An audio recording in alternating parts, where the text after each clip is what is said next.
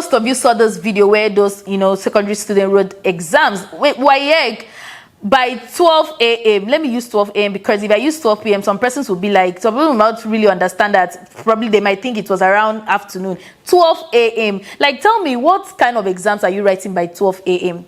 So recently, the video went viral, and it did not sit well. I mean, for the first time, I'm proud of those leaders because, I mean, the thing did not sit well with anybody.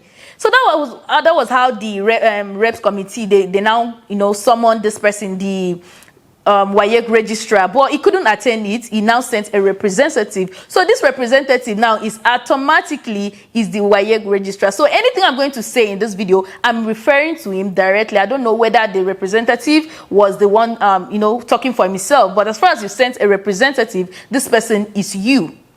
So now when he was called, they now asked him, what happened? Did you see the first thing the man asked him was, and it was a very nice question. Like, I was so proud of that question. He said, did you write Waec during your time? Like, have you written Waec before? He was just like, yes. The man said, okay, fine. What time did you write your own Waec? He now said by 8. The first paper was by 8. The second was by 2 p.m. The man was like, okay, fine. So what happened? Why, of all places, of all West African countries that wrote Waec, why is it just Nigeria that a video went viral with students writing exams with torchlight by 12 a.m.?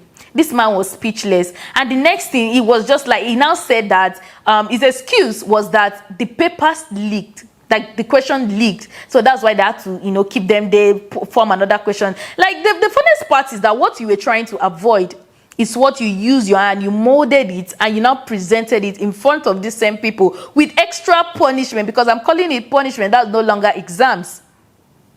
So after this paper was leaked, you now decided to extend their this thing. Even if you had punished them by saying, okay, fine, if everybody finishes their exams, if all school finishes their last paper on this, on that, or probably this date, we are going to extend yours by 1 week. That means you will not follow them and have this holiday. You would now write your own. There are so many punishments for this kind of thing. And besides, it's just one, probably how many centers did they even see the paper being leaked? So instead of that, there are so many punishments to give to these people, but you choose to keep people's children to 12 a.m. And I can bet 100% that this man doesn't have any relative that is writing Waec with this set of people. So this man was asked, and he was just beating around the bush. The next thing he said is they were not denied access to food. Now, coming to that, they were not denied access to food. One, he was asked whether the school actually provided food for these children. He said no. So now, how were they not denied access to food? Are you trying to encourage them to go and steal? Because, I mean, if their budget, some persons don't even know what we call pocket money. There are some parents that, they can only afford school fee, their children's uniform. Say, go to school, come back, we'll keep food for you in the house.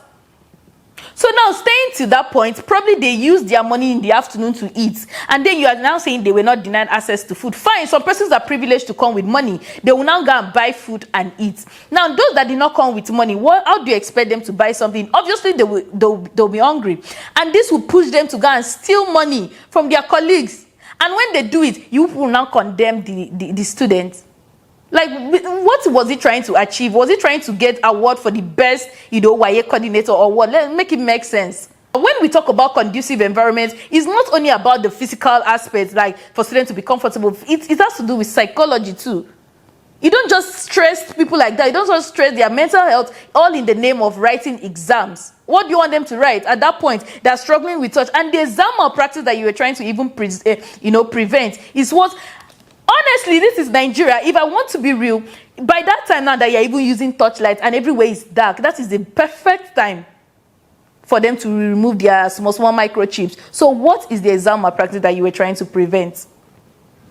And he boldly said that he wasn't aware that this thing actually happened. That means you were sleeping by that time, and these ones were awake writing exams. No, that was very bad. It was very, very bad. And another thing, after that, he was now given 24 hours to, explain himself better, or he resigned. So that was when he now dropped an apology saying, he's sincerely sorry for what happened. But, I mean, fine, I know apology goes a long way, but at least he should, according to the news, he will resign, but though he hasn't, processed everything yet. But I mean, that is the best punishment, because you cannot do that and go scot-free and just be like, oh, I sincerely apologize. Because probably, according to him, he said that boarding school, I think it was just considering those in boarding school that, oh, probably after from there now, they will now go back to the hostel. Forgetting those that do come to school from a far distance, forgetting those that after this, they are trekking back home, forgetting those that probably did not eat in the morning before coming to school. So that was, I mean, honestly, in my own opinion, it was very, very bad. When I saw the video, I was just like, how do you want other countries to see Nigeria? Like, why have we gotten bad to this point that people are now being straight? Like, school is now like a slave trade.